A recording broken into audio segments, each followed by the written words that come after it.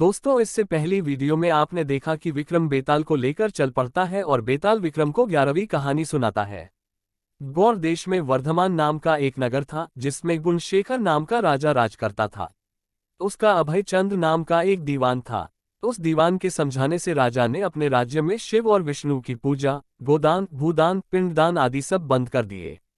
नगर में डोंडी पिटवा दी कि जो कोई ये काम करेगा उसका सब कुछ छीनकर उसे नगर से निकाल दिया जाएगा। एक दिन दीवान ने कहा, महाराज, अगर कोई किसी को दुख पहुंचाता है और उसके प्राण लेता है तो पाप से उसका जन्म मरण नहीं छूटता। वह बार बार जन्म लेता और मरता है। इसलिए मनुष्य का जन्म पाकर धर्म बढ़ाना चाहिए। आदमी को हाथी से लेकर चींटी तक सबकी रक्षा करनी चाहिए। जो लोग दूसरों के दुख को नहीं समझते और उन्हें सताते हैं, उनकी इस पृथ्वी पर उम्र घटती जाती है और वे लूले, लंगड़े, काने, बौने होकर जन्म लेते हैं। राजा ने कहा, ठीक है। अब दीवान जैसे कहता, राजा वैसे ही करता। देवयोग से एक दिन राजा मर गया। उसकी जगह उसका बेटा धर्मराज गद्दी पर बैठा।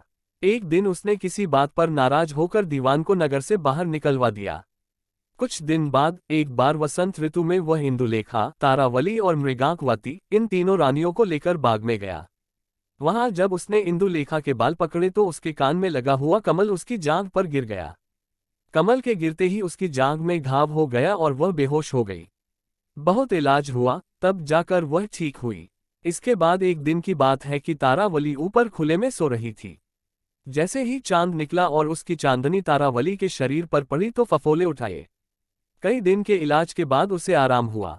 इसके बाद एक दिन किसी के घर में मूसलों से धान कूटने की आवाज हुई। सुनते ही मृगांकवती के हाथों में छाले पड़ गए। बहुत इलाज हुआ, तब जाकर ठीक हुए।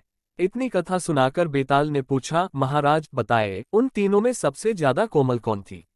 राजा ने कहा, मृगांकवती, क्योंकि पहली दो के घाव और छाले कमल और चांदनी के छूने से हुए थे। तीसरी ने मूसल को छुआ भी नहीं और छाले पड़ गए। वही सबसे अधिक सुकुमार हुई। राजा के इतना कहते ही बेताल 9-2-11 हो गया।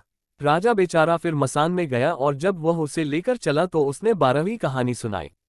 इससे आगे की कहानी की वीडियो का लिंक आपको डिस्क्रिप्शन में मिल जाएगा। अगर ये कहानी आपको अच्छी लगी हो तो वीडियो को लाइक करें और चैनल को सब्सक्राइब करें।